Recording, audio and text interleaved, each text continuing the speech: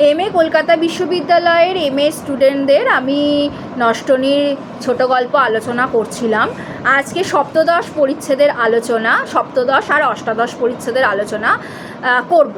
দেখো, বিলাত হইতে চিঠি আসিবার দিন কবে, এই খবর চারু সর্বদাই রাখিত। প্রথমে এডেন হইতে ভূপতির নামে একখানা চিঠি আসিল, তাহাতে অমল বৌঠানকে প্রণাম নিবেদন করিয়াছে। সুয়েজ হইতে ভূপতির চিঠি আসিল, বৌঠান তাহার মধ্যেও প্রণাম পাইল। মাল্টা হইতে চিঠি পাওয়া গেল, তাহাতেও পুনশ্চ নিবেদনে বৌঠানের প্রণাম আসিল। আচ্ছা, এই হলো অমল যে বিলেতে চলে গেছে। এবার কোথায় গেছে এবং সেখান থেকে চিঠি আসছে ভূপতির কাছে, সেখানে বৌঠানের প্রতি তার যে প্রণাম, সেই প্রণাম কিন্তু চারু পাচ্ছে। জায়গাগুলোর নাম ভালো করে মনে রাখতে হবে। চারু অমলের একখানা চিঠিও পাইল না। চারু কিন্তু নিজে কোনো চিঠি পেল না, সবই ভূপতির চিঠি। ভূপতির চিঠিগুলি চাহিয়া লইয়া উল্টিয়া পাল্টিয়া বার করিয়া পড়িয়া দেখিল। প্রমাণ জ্ঞাপন ছাড়া আর কোথাও তাহার সম্বন্ধে আভাস মাত্র নাই। চারু এই কয়দিন যে একটি শান্ত বিষাদের চন্দ্রাতপচ্ছায়ার আশ্রয় লইয়াছিল, অমলের এই উপেক্ষায় তাহা ছিন্ন হইয়া গেল। অন্তরের মধ্যে তাহার হৃৎপিণ্ডটা লইয়া আবার যেন ছেঁড়াছেড়ি আরম্ভ হইল।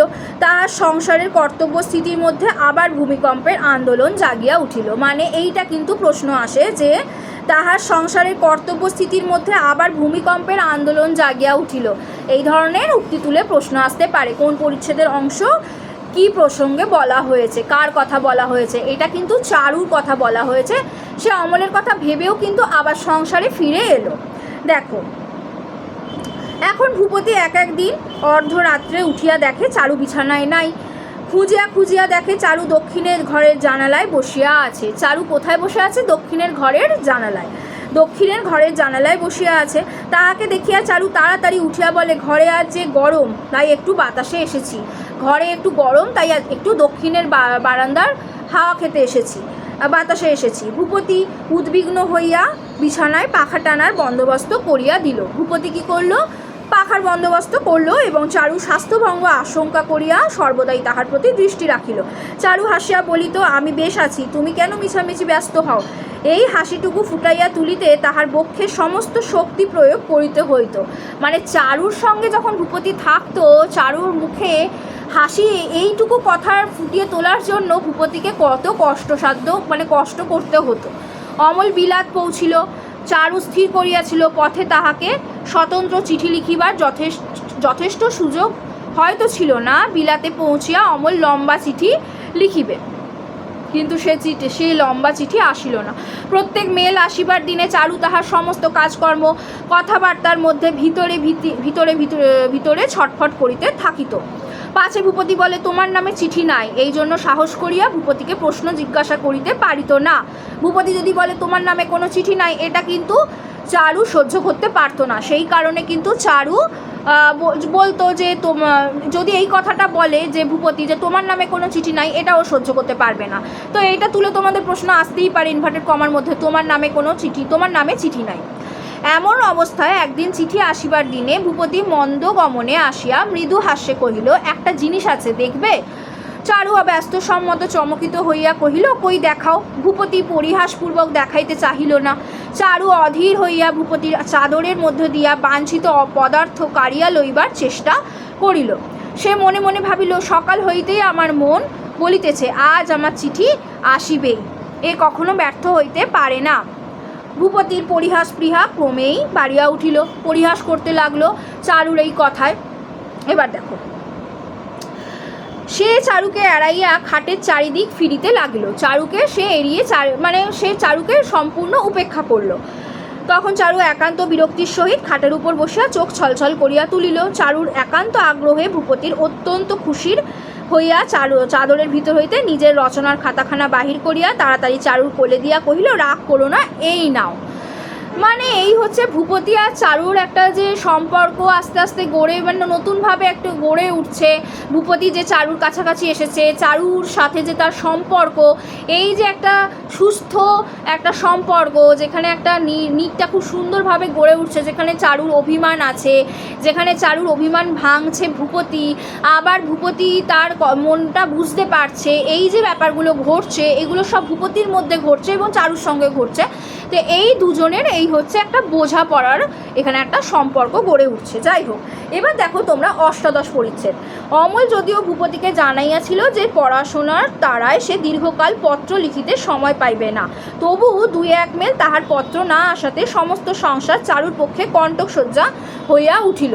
তাহলে কি, যে অমল ভূপতিকে লিখেছিল যে সে লিখতে পারবে না এবং 2-1 মেল তাহার পত্র না আসাতে কি হলো, সমস্ত সংসার যেন কণ্টকসজ্জা হয়ে গেল।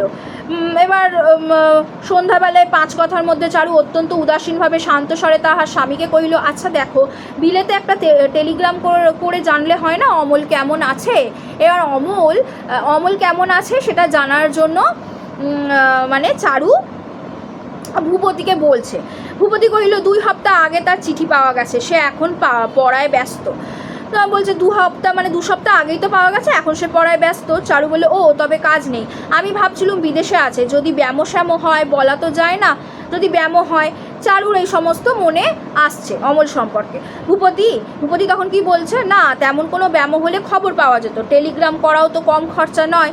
চারু বলল, তাই নাকি, আমি ভেবেছিলাম বড় জোর 1 টাকা কি 2 টাকা লাগবে। মানে চারু জানে না যে টেলিগ্রামের কত খরচ। ভূপতি বলল, বলো কি, প্রায় 100 টাকার ধাক্কা। চারু বলল, এই যে এই টাকাগুলো, এই মানে 100 টাকার ধাক্কা টেলিগ্রাম করতে। চারু কি ভেবেছিল 1-2 টাকার বিষয়, এইগুলো একটু মনে রাখতে হবে। চারু বলছে, তাহলে তো কথাই নেই। দিন 2 পরে চারু ভূপতিকে বলিল, আমার বোন এখন চুঁচুড়ায় আছে, আজ একবার তার খবর নিয়ে আসতে পারো। কে বলল এটা? চারু ভূপতিকে বলল যে আমার বোন চুঁচুড়ায় আছে। কোথায় আছে? চুঁচুড়ায়। তার একবার খবর নিয়ে আসতে পারো। ভূপতি বলল, কেন, কোনো অসুখ করেছে নাকি? চারু বলল, না অসুখ না, জানোই তো তুমি গেলে তারা কত খুশি হয়। চারু আর ভূপতির মধ্যে যে কথোপকথনটা দেখো, যেখানে কিন্তু তৃতীয় অনেক ব্যক্তি ঢুকছে। চারুর বোন ঢুকলো, ঠিক আছে। ভূপতি চারুর অনুরোধে গাড়ি চড়িয়া হাবড়া স্টেশন অভিমুখে ছুটিল। পথে 1 গরুর গাড়ি আসিয়া তাহার গাড়ি আটক করিল। এমন সময় পরিচিত টেলিগ্রাফের হরকরা ভূপতিকে দেখিয়া তাহার হাতে একখানা টেলিগ্রাফ লইয়া দিল।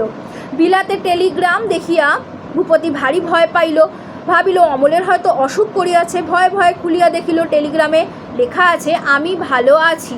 এটা কে লিখেছে? আমি ভালো আছি, এটা কিন্তু অমল লিখেছে।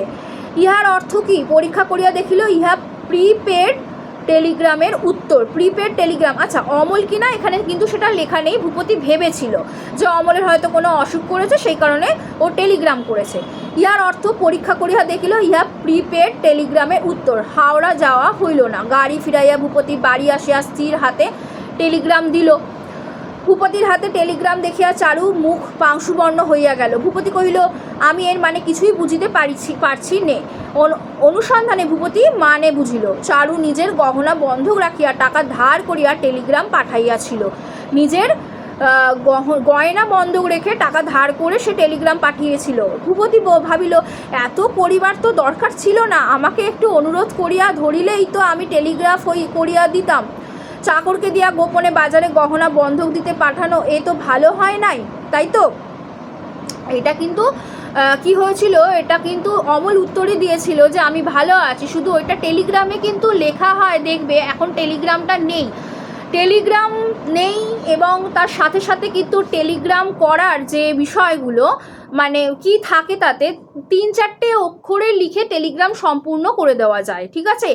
আগে কিন্তু একাডেমিক সিলেবাসে ছিল টেলিগ্রাম, ঠিক আছে, সেই টেলিগ্রাম লেখো এরকম ছিল, কিন্তু এখন আর সেই টেলিগ্রামটা নেই। টেলিগ্রাম লেখা খুবই সহজ এবং তার প্যাটার্নটাও অন্য ধরনের। যাই হোক, শুধু 3-4টে অক্ষরে লিখে দিলে টেলিগ্রাম হয়ে যায়।